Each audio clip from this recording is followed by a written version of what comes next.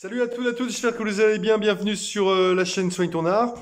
Alors aujourd'hui dans la série consacrée aux différentes médiations artistiques utilisées dans le champ des thérapies par l'art et des arts-thérapies, on va aborder aujourd'hui la dramathérapie, considérant que nous ferons dans la foulée en fait plusieurs vidéos sur le théâtre sous toutes ses formes, particulièrement ou notamment avec des portraits d'artistes et de dramaturges qui ont été ou qui sont encore, d'une manière ou d'une autre, des sources d'inspiration en dramathérapie. Je pense par exemple à Johann Littlewood, je pense à Bertolt Brecht avec son théâtre épique, son théâtre de la distanciation, je pense à Antonin Artaud avec son théâtre de la cruauté, plus près de nous à Peter Brook, on parlera aussi d'Augusto Boal.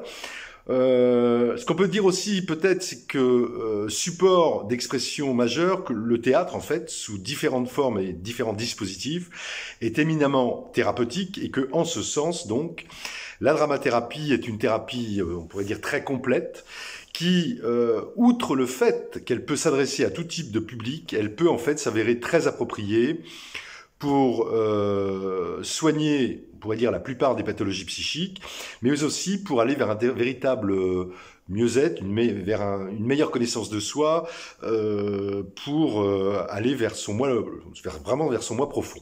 Alors au sommaire de cette nouvelle vidéo sur la dramathérapie, on démarrera par de la tragédie d'Aristote au théâtre d'Augusto Boal et de Peter Brook. Ensuite, nous parlerons de Jacob Lévy-Moreno et Peter Slade, fondateurs de la dramathérapie. Ensuite, la dramathérapie pour faire émerger des espaces métaphoriques. La dramathérapie, ensuite, pour exprimer son être au monde. Et on terminera par le psychodrame pour mettre sa vie en jeu.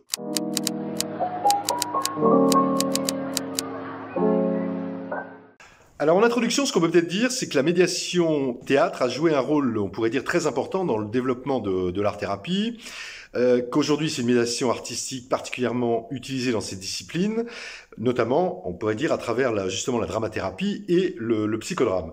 Et que la dramathérapie peut être rappelée qu'elle prend d'abord sa source dans la tragédie grecque, qui est un genre très structuré avec des objectifs bien précis, notamment l'exploration des émotions et des sentiments, et on pourrait dire plus largement en fait la mise en scène de sentiments et de conflits psychologiques. Mais avant d'aller plus loin, il est peut-être essentiel de rappeler que le terme drame, donc on retrouve dans drama, tel que nous l'entendons ici, en fait est très différent du terme drame tel qu'il est utilisé aujourd'hui, on pourrait dire dans le langage courant. Et que quand on se réfère en fait à l'étymologie grecque et latine, le drama, proprement dit, renvoie directement à la pièce de théâtre, et plus particulièrement en fait à l'action qui est jouée sur scène. Et que plus encore, cette action en fait a pour fonction de dévoiler et d'éclaircir l'intrigue qui est au cœur de l'histoire. Donc en ce sens, on peut dire que le drama renvoie donc avant tout à la tragédie telle que conceptualisée en fait par Aristote.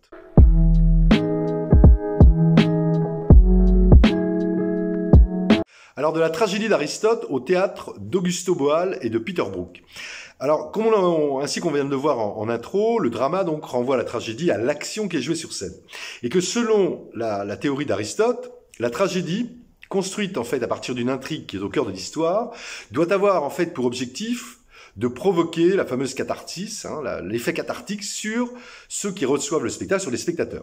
Et qu'en fait, ce qu'on peut dire, donc, c'est qu'Aristote fut le premier à véritablement théoriser sur l'art de la tragédie et de l'intrigue, selon lui, cet art de la tragédie doit en fait susciter des émotions chez les spectateurs, avec encore une fois comme finalité la catharsis, à savoir, même s'il y a encore débat sur la question cathartique proprement dite, savoir une purge des passions, une libération des sentiments.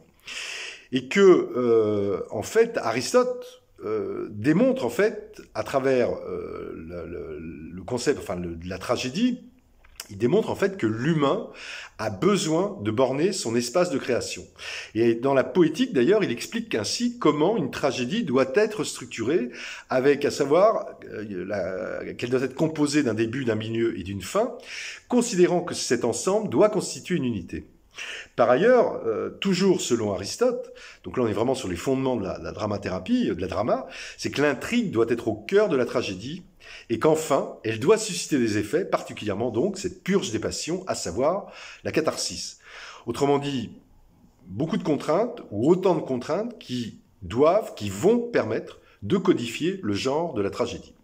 Alors ce qu'on peut dire, c'est qu'historiquement, beaucoup plus tard, à l'époque du romantisme, Nietzsche va également mettre en évidence les vertus thérapeutiques du théâtre, particulièrement les fonctions de transformation et de métamorphose qu'il peut exercer sur les comédiens, sur les acteurs eux-mêmes. Mais ce qu'on peut peut-être dire, c'est que c'est véritablement au XXe siècle, au début du XXe siècle, à partir du début du XXe siècle, que le théâtre, on pourrait dire à visée thérapeutique, va émerger. Et là, parmi on pourrait dire les artistes, les théoriciens du théâtre, évidemment, on peut penser à Artaud avec le théâtre de la cruauté, avec Brecht avec le théâtre épique, qui vont tous les deux, on pourrait dire incontestablement, modifier les approches du genre théâtral, chacun à sa façon. On peut aussi, plus tard, évoquer évidemment Augusto Boal, on va en reparler rapidement après, donc grand dramaturge et metteur en scène brésilien, mais aussi, je pense aussi au metteur en scène et écrivain Peter Brook, avec qui vont, en introduisant dans son théâtre le jeu et l'improvisation, on pourrait dire, va indirectement apporter une contribution au théâtre thérapeutique. Et on fera encore une fois une vidéo sur Brook. Alors, au sujet de Boal, rappelons rapidement, d'abord, rappeler que Boal a rejeté toute approche thérapeutique de son théâtre, de ses théâtres, mais en fait, il a aussi, paradoxalement, montré toute la richesse de la médiation théâtre en termes de dispositifs, et tous ces types de dispositifs on pourrait dire qu'il a conceptualisé, inventé et conceptualisé, sont en fait fondamentalement thérapeutiques. Rappelez que donc Boal, écrivain, dramaturge, metteur en scène, théoricien, homme de théâtre, là je renvoie à la vidéo qu'on a faite sur lui, il a milité toute sa vie pour en fait un théâtre vecteur et outil de lutte contre tout ce qu'il appelait, lui, toutes les formes d'oppression. C'est dans ce sens qu'il a inventé son théâtre de l'opprimé, qui a pris différentes configurations, avec notamment le théâtre journal. Alors le théâtre journal, pour dire une autre vérité que c'est comme ça qu'il l'a présenté, que celle annoncée dans les journaux ou énoncée dans les journaux. On pourrait dire que c'est toujours autant d'actualité, c'est le moins qu'on puisse dire. Il y a le théâtre forum aussi, où les participants essaient de trouver des solutions à différents types de problèmes, on pourrait dire de problématiques sociétales ou de problèmes sociétaux. Ou encore, il y a aussi dans les théâtres de Boal, il y a le théâtre invisible où les participants provoquent un événement particulier, par exemple dans un lieu public ou dans la rue de manière anonyme. Et ce qu'il faut voir, c'est qu'à travers ces différentes formes d'expression théâtrale, Boal, en fait, est à l'origine du concept de spectateur, donc basé on pourrait dire, sur une véritable interactivité entre les acteurs et les spectateurs, qui ont l'opportunité de devenir eux-mêmes acteurs pour proposer d'autres choix, et on pourrait dire surtout d'autres voix. Et c'est qu'en ce sens, on peut dire d'ailleurs que le théâtre de Boal est éminemment thérapeutique. C'est vraiment ce qu'on va retrouver notamment en dramathérapie et aussi dans le psychodrame. Et qu'en définitive, ce qu'on peut dire, c'est que le théâtre de Boal, très participatif, est vraiment une source d'inspiration en dramathérapie. Alors, on pourrait dire pour plusieurs raisons. Le premier, d'abord, c'est que le théâtre de Boal, c'est un théâtre de l'échange. Le second, donc entre acteurs et spectateurs. L'autre raison, c'est que les acteurs doivent, selon Boal, d'abord faire appel à leurs émotions, car ce sont leurs émotions qui vont déterminer en fait la forme finale de la représentation. Mais on verra avec d'autres dramaturges, d'autres metteurs en scène que justement les émotions sont complètement rejetées. C'était le cas avec Brecht notamment. Toujours avec Boal, les acteurs doivent jouer en pleine conscience, pendant l'instant présent, donc dans le ici et maintenant. Que les acteurs doivent enfin faire appel à leur imagination, à savoir que même si les thématiques abordées sont avant tout reliées au quotidien, les thématiques, on pourrait dire, doivent faire la part belle à la pensée créative pour trouver des solutions et surtout réinventer ce quotidien. Enfin, ce qu'on peut dire, c'est que le théâtre de Boal, et Boal lui-même, en fait, a toujours privilégié les groupes et les créations collectives pour mieux faire ressortir les individualités.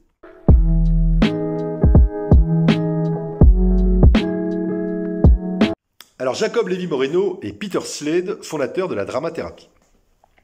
Alors, toujours si on revient sur un plan historique, on peut dire que le théâtre, fondamentalement, a toujours joué sur des ressorts psychologiques et que, au cours des siècles, en fait, il a été l'objet de nombreuses recherches, d'expérimentations de la part de nombreux philosophes, écrivains, intellectuels, artistes évidemment, mais que c'est véritablement en fait au début du XXe siècle, et là je pense notamment à Jacob Lévy-Moreno, et là je vous renvoie aussi à la vidéo qu'on a faite sur lui, mais c'est vraiment au début du XXe siècle, au début des années 20, que le théâtre fut utilisé véritablement comme une médiation artistique à des fins thérapeutiques. Alors, au début des années 20, donc, Moreno crée le Stegreif Theater, le théâtre impromptu ou le théâtre de la spontanéité.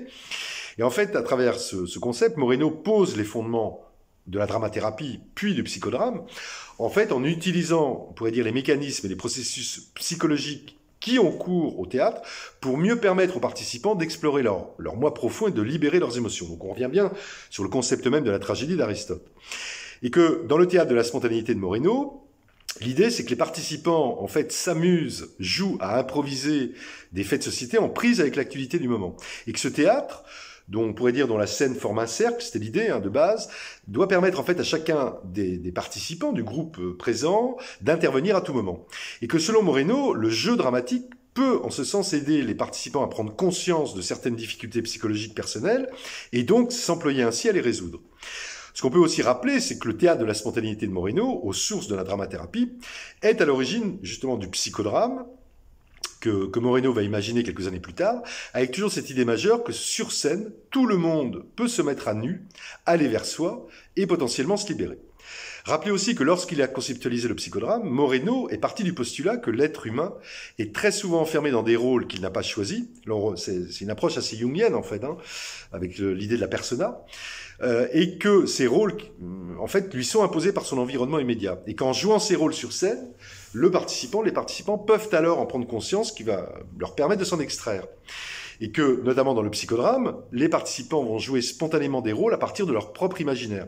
Donc c'est un procédé en fait qui est basé sur l'improvisation, mais aussi sur des changements de rôle, parce que c'est en changeant les rôles, en se mettant dans différentes peaux, qu'on peut provoquer des réactions justement à valeur cathartique. Donc l'objectif de Moreno, en fait, c'est que les participants se découvrent, se libèrent, se révèlent à eux-mêmes et aux autres, et révèlent à eux-mêmes des facettes insoupçonnées, voire carrément inconnues de leur moi, de leur personnalité. Mais que si l'effet donc du théâtre est thérapeutique, il ne peut cependant se produire que s'il y a spontanéité.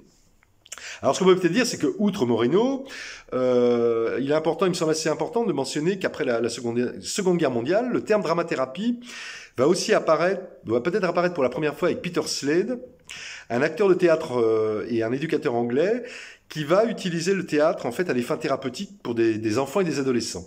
Et en fait, Slade va progressivement développer une théorie à partir du jeu scénique, en postulant qu'il existe, selon lui, deux types de jeux bien distincts. Il y a d'un côté ce qu'il appelle le projected play, le jeu projeté, et de l'autre ce qu'il appelle le personal play, le jeu personnel. Alors, ce qu'on peut rapidement dire, c'est que dans le premier cas, le projected play, le jeu projeté, l'enfant, l'adolescent va se référer, par exemple, va utiliser un objet pour jouer, par exemple un masque, sur lequel il peut projeter ses propres caractéristiques. Et avec ce masque, il va jouer. Dans le second cas, le personal play, le jeu personnel, l'adolescent va plutôt vraiment jouer uniquement avec son corps, ce qui va lui permettre en fait de développer une véritable maîtrise de lui-même, et ce qui va donc favoriser ou lui permettre de prendre confiance en soi.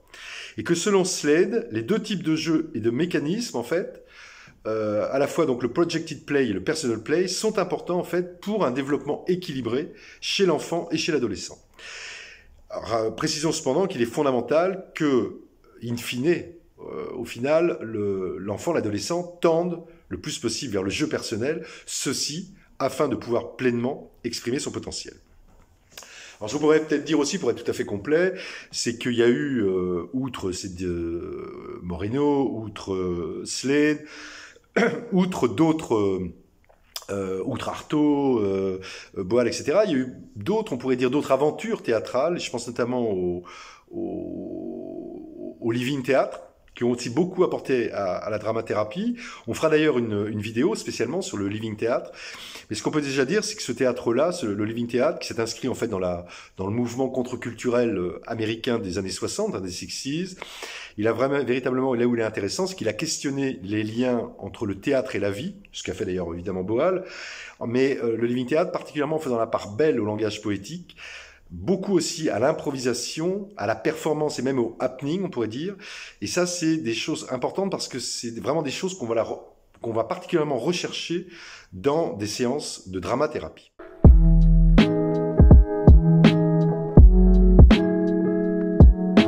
Alors la dramathérapie pour faire émerger des espaces métaphoriques. Alors ce qu'on peut dire, c'est que de manière générale, la dramathérapie peut être définie comme une médiation donc qui s'appuie sur l'art dramatique dans une visée ou avec une visée thérapeutique. Et qu'elle puise en fait ses fondements sur les concepts, on pourrait dire théoriques et sur les pratiques du théâtre, mais aussi de la psychologie, de la psychanalyse. On pourrait dire plus largement des thérapies à médiation. On peut dire aussi de l'anthropologie et de la sociologie, évidemment, et également de la philosophie. Et qu'en fait, à partir de jeux de rôle et de jeux, on pourrait dire scéniques, le mime, le masque, les contes, aussi bien en individuel qu'en collectif, la dramathérapie permet aux participants, on pourrait dire en mobilisant de manière conjointe leur corps et leur psyché, d'exprimer leurs émotions, d'exprimer leurs ressentis, mais aussi leurs conflits, on pourrait dire, et ce, d'une manière distanciée, avec une distanciation. Et qu'en jouant différents rôles, on pourrait dire en se confrontant à des situations imprévues, alors tout ça évidemment dans un cadre contenant et sécurisant, les personnes accompagnées peuvent alors exprimer leur intériorité et par la même occasion en fait se découvrir autres. Et que grâce au jeu scénique, et là je renvoie à la vidéo qu'on a fait sur la scène psychique, la scène symbolique, scène psychique, grâce au jeu scénique, on pourrait dire qu'il favorise la créativité, mais aussi le lâcher-prise et la spontanéité, les participants, en fait, sont amenés ou vont être amenés à réfléchir sur eux-mêmes, à inventer, on pourrait dire, d'autres réalités et, consécutivement, à se transformer. Alors, petite parenthèse, là, je pense notamment à Jean-Pierre Klein, qui a créé l'INECAT, qui est un passionné de dramathérapie, lui-même dramaturge, qui a écrit des pièces de théâtre, mis en scène des pièces de théâtre. Et dans son livre que je recommande, Théâtre et dramathérapie, il explique d'ailleurs très bien comment les plus grandes écoles de formation de l'acteur ont axé leur enseignement sur la notion de geste psychologique, à savoir que l'apprenti acteur doit ainsi essayer de jouer un personnage avant tout selon sa propre expérience, selon son propre ressenti, ses émotions sont vécues. Et donc, en ce sens, il doit incarner dans sa propre chair le rôle qui lui est dévolu. Alors, ce qu'on peut également dire, c'est que de manière générale, en fait, en dramathérapie, c'est-à-dire à partir, on pourrait dire, de scénettes écrites ou improvisées, l'idée, c'est que les personnes accompagnées sont appelées à jouer des rôles qui vont leur donner la possibilité, on pourrait dire, de libérer leurs symptômes émotionnels et physiques, d'aller vers leur moi profond et de pouvoir ainsi potentiellement se transformer. Alors, ce qu'on peut dire aussi, c'est que la dramathérapie et le psychodrame sont assez souvent confondus.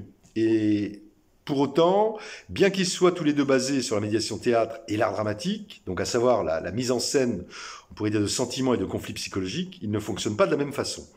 D'abord, rappelez peut-être que, là on va faire une petite différence, c'est que, la dramathérapie est d'abord fondée, même si on le retrouve en partie dans le psychodrame, mais de manière différente, la dramathérapie est fondée vraiment sur la notion de rituel, que la dramathérapie ne touche pas le vécu direct des participants, même si on peut y venir de manière indirecte, que la dramathérapie s'appuie sur l'ouverture métaphorique, avec comme objectif que les participants acteurs puissent mettre en contact les éléments inconscients avec le conscient et symboliser. Donc que le processus, on pourrait dire imagination, créativité, création en dramathérapie est donc vraiment particulièrement fondamental. Que la notion de jeu, à savoir, là je renvoie à Winnicott, jouer c'est créer, est fondamentale en dramathérapie, et que le caractère ludique est très important, car c'est grâce au jeu et au plaisir de jouer que des ouvertures métaphoriques, évidemment, peuvent émerger, peuvent apparaître et peuvent opérer. Aussi rappeler que dans dramathérapie, l'aspect cathartique, qui est l'un des principaux objectifs du psychodrame, n'est pas particulièrement recherché dans la dramathérapie.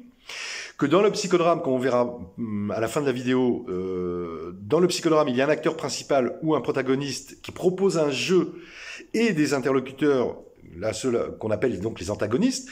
Mais en revanche, dans une séance de dramathérapie, tous les participants peuvent jouer en même temps, chacun travaillant par exemple sur ses propres contenus psychiques et relationnels. Rappelez aussi en termes de différence entre la dramathérapie et le psychodrame, c'est que dans le psychodrame, le psychodramatiste, donc le thérapeute, est le meneur, tandis qu'en dramathérapie, le dramathérapeute est plutôt, lui, fondamentalement, dans un rôle de facilitateur. Enfin, dire que si la dramathérapie est basée sur la médiation théâtre, elle peut également aussi se pratiquer avec, alors là, les arts du mime, le masque aussi, évidemment, l'art du masque, de la marionnette, du clown aussi, du conte, et aussi, évidemment, du conte. Voilà.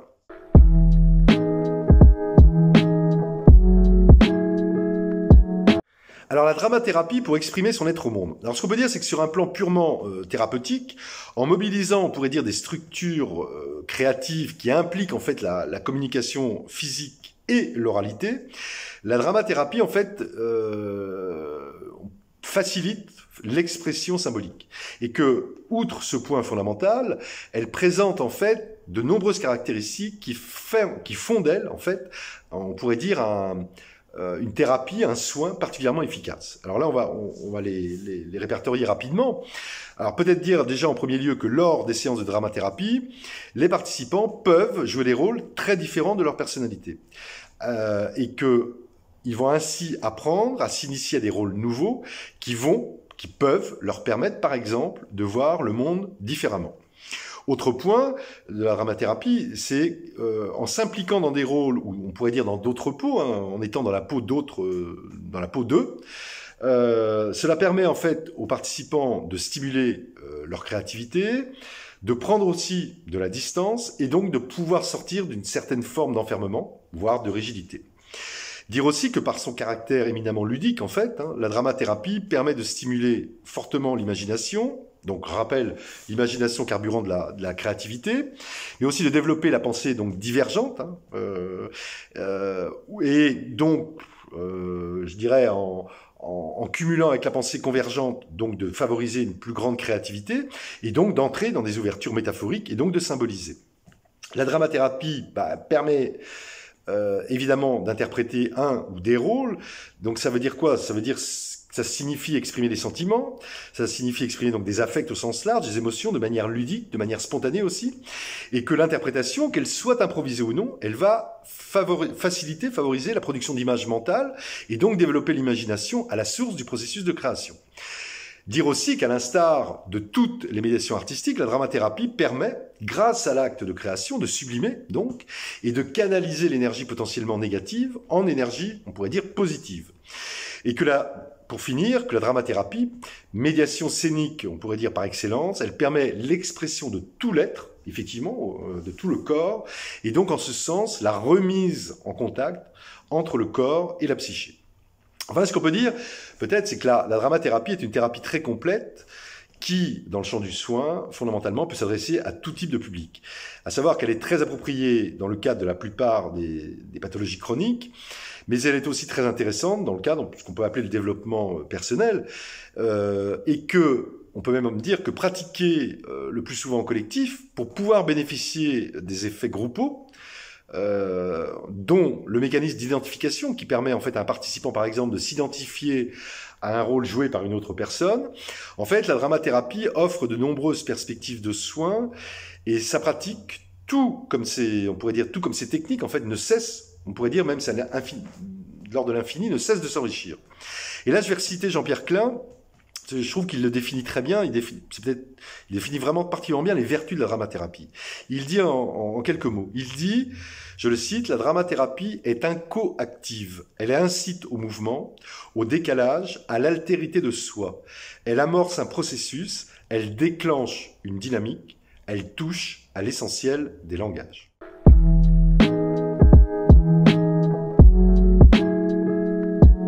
Alors, le psychodrame pour mettre sa vie en jeu JE. Ce qu'on peut dire, c'est que dans le champ de la dramathérapie, le psychodrame occupe une place à part, dans le sens où il a ses propres spécificités et ses propres caractéristiques. Alors, ce qu'on peut peut-être dire assez rapidement, c'est que de manière pratique, le psychodrame de Moreno, donc puisque c'est Moreno qui l'a qui l'a inventé, mais qui l'a fondamentalement jamais conceptualisé, en fait, le psychodrame de Moreno nécessite plusieurs éléments.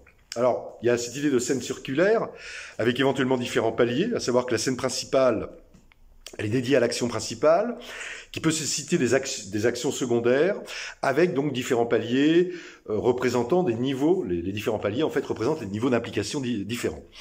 L'acteur principal, ou protagoniste, qui peut être un participant évidemment, qui va proposer un jeu, ses interlocuteurs, qui sont donc les antagonistes, les autres participants, le meneur de jeu ou le psychodramatiste, donc le thérapeute, et le public qui sont les autres participants. Alors ce qu'on peut dire aussi, c'est que, très succinctement, hein, c'est qu'en règle générale, une séance de psychodrame va être plutôt structurée selon 3 phases, avec une première phase, c'est la mise en route, avec une consigne qui va servir d'échauffement. Ensuite, il y a la représentation, donc à savoir qu'un participant qui sera le protagoniste va émettre le désir de jouer une scène. Il y a donc ce qu'on appelle une phase d'échange, d'information, de distribution des rôles et de de mise en scène, et que le psychodramatiste va diriger la séance et guider les acteurs, et qu'il peut utiliser en fait différents procédés, alors là, tels que le jeu en miroir, l'inversion des rôles, ou par exemple la méthode du double, et qu'en fait, selon les situations, le psychodramatisme peut proposer différents dispositifs. Alors là, j'en redis quelques-uns rapidement. Donc le jeu en miroir, c'est lorsque le protagoniste n'arrive pas à se représenter lui-même, par le jeu ou par la parole. À ce moment-là, un participant va prendre la fonction de ce qu'on appelle d'égo auxiliaire pour faire son portrait corporel, social, émotionnel, inconscient, etc. Et donc, il va ainsi se faire le miroir du protagoniste qui va alors rejoindre, on pourrait dire, l'espace réservé au groupe et qui va s'observer à travers cet égo auxiliaire qui est sur scène et qui donc le représente. Il y a aussi le dispositif du soliloque, où le psychodramatiste demande au protagoniste de verbaliser, par exemple à voix haute, pour l'ensemble des participants, ce qu'il ressent, et sachant que cela peut se faire en aparté de l'action, et que ce dispositif, surtout, on pourrait dire qui permet d'aller vers une meilleure connaissance de soi, en fait, est un complément au dispositif, par exemple, du jeu en miroir cité précédemment. Il y a aussi le double. En pratique, ça veut dire il y a un participant, le double, qui se place derrière le protagoniste et qui exprime les ressentis, les sentiments et émotions de ce dernier, qui n'arrive par exemple pas à les mettre en lumière, avec toujours cette idée que dans ce cadre, le psychodramatiste doit s'assurer que le protagoniste est en accord avec ce qu'exprime le double. Il y a aussi par exemple l'inversion des rôles, à savoir que sur scène, lorsque deux participants jouent ensemble, le psychodramatiste peut proposer qu'ils s'inversent leur rôle et qu'ils changent donc de place et de situation. Avec là toujours cette fameuse idée que l'objectif c'est d'entrer dans la peau de l'autre pour mieux le comprendre, potentiellement pour travailler sur l'empathie par exemple, pour développer une empathie plus forte et évidemment pour aussi renforcer, on pourrait dire développer la question des liens intersubjectifs, interpersonnels. Ce qu'on peut dire aussi, la troisième phase en psychodrame, c'est la participation thérapeutique du groupe, proprement dit, à savoir le moment d'échange, de feedback, de partage, pendant lequel les acteurs vont parler de leur rôle, tandis que les autres membres du groupe, donc plutôt en tant que public, vont leur faire part de leurs observations, de ce qu'ils ont ressenti. C'est ce qu'on appelle donc la phase de sharing, de partage, de feedback, qui va donner la possibilité à tous les participants, encore une fois, de dire leur ressenti personnel par rapport à ce qui vient d'être vécu. Précisons, pour finir, que c'est que dans le psychodrame, toutes les thématiques peuvent être abordées, quelles qu'elles soient, la mort, la maladie, l'amitié.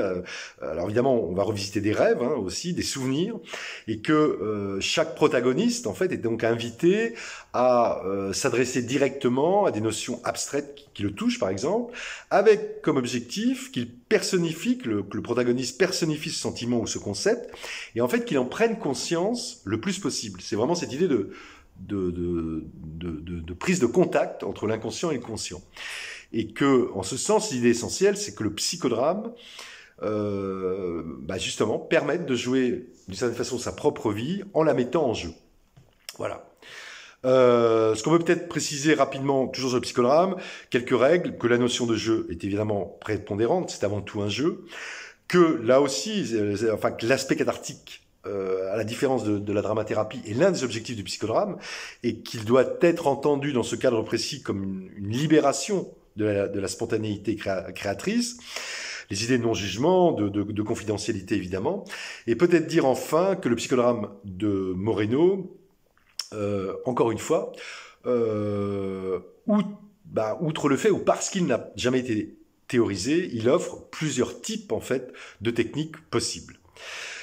Dernier point sur le psychodrame, d'un point de vue de la psychanalyse, rappelez que dans les années 60 en France, de grands psychanalystes, je pense à René Diakine, à Serge Lebovici, à Evelyne Kestenberg, mais évidemment à Didier Anzieux, à Mireille Monod, à Geneviève Testmal-Monod, à Paulette Debuisson notamment, ont développé le psychodrame psychanalytique, qui est une formulation qu'on doit à Lebovici, avec comme objectif d'inventer une nouvelle approche, on pourrait dire thérapeutique, notamment pour les enfants et les adolescents, présentant de grandes souffrances psychiques et pour lesquelles les dispositifs, on pourrait dire, de cure analytique classique ne sont pas adaptés.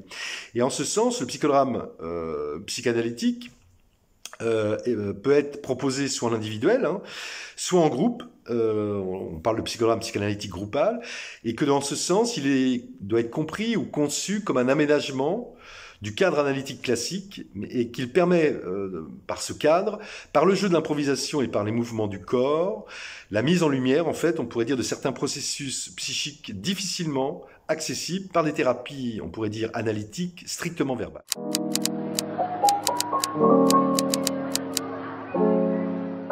Alors à lire au sujet de cette vidéo sur la dramathérapie. Alors, Aristote, je l'ai cité, œuvre, éthique, politique, rhétorique, poétique, métaphysique. Alors, c'est une réédition publiée en 1990. D'Antonin Artaud, Le théâtre et son double, publié en 1964, mais on fera une vidéo spécialement sur le théâtre de la cruauté d'Artaud. De Dominique Oberlé, Créativité et jeux dramatiques, publié en 1989.